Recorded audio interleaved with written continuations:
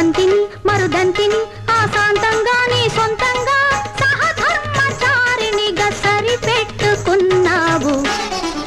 ఎంత టక్కరి వాడావో నా మోహన రంగ, ఎంత ఎంతెంత అభయంత టక్కరి వాడావో.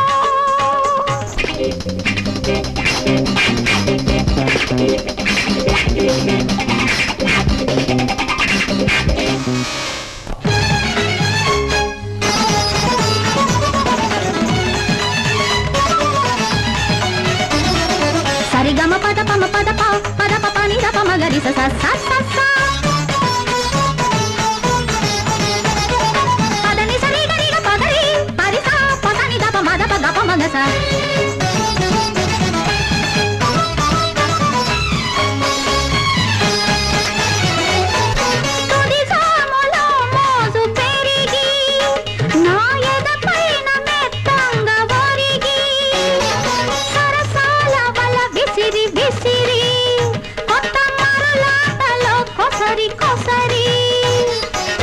కంటికి కున్నుకే రానియని తుంటరి వయ్యావురా అంటే అమ్మమ్మమ్మమ్మమ్మమ్మ నిన్న రాత్రి తిరుపతిలో నేనున్నాను గదే అన్నావు గదా. ఎంత టక్కరి వాడావో నా మోహన రంగ, ఎంత ఎంతెంత అభయంత టక్కరి వాడావో.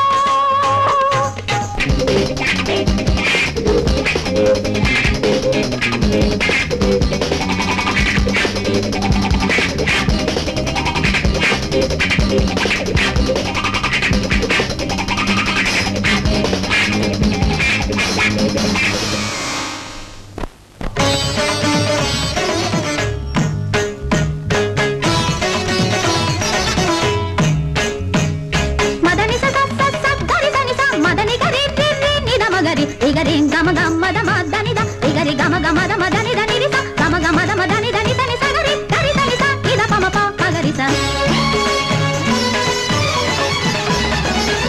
అడగక ముందే చందాలిచ్చి అందరి నోళ్ళకు చిక్కం కట్టి, అడగక ముందే చందాలిచ్చి అందరి నోళ్ళకు చిక్కం కట్టి, ప్రతి వేదికపై పీఠం వేసి పై వాళ్లకు తగు వెన్న రాసి, ఎక్కడ పుట్టిన వెంకటయ్య ఎంత వాడివయ్యావంటే అమ్మమ్మమ్మమ్మమ్మమ్మ దేశోద్ధరణకు కళా పోషణకు పుట్టానని కనుగొట్టావు గదా. ఎంత టక్కరి వాడావో నా మోహన రంగ, ఎన్ని నేర్చినాడావో.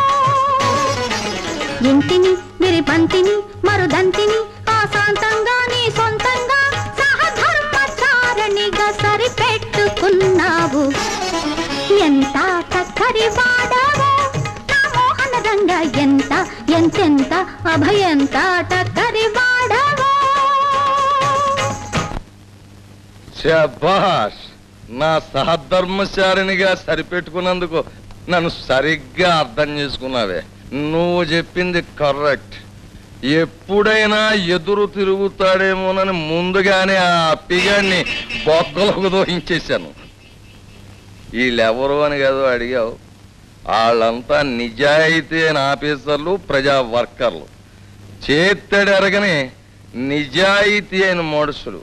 పాపం మన డబల్ కాటు గడ్డ కింద నిలువు లోతులో తొంగున్నారు.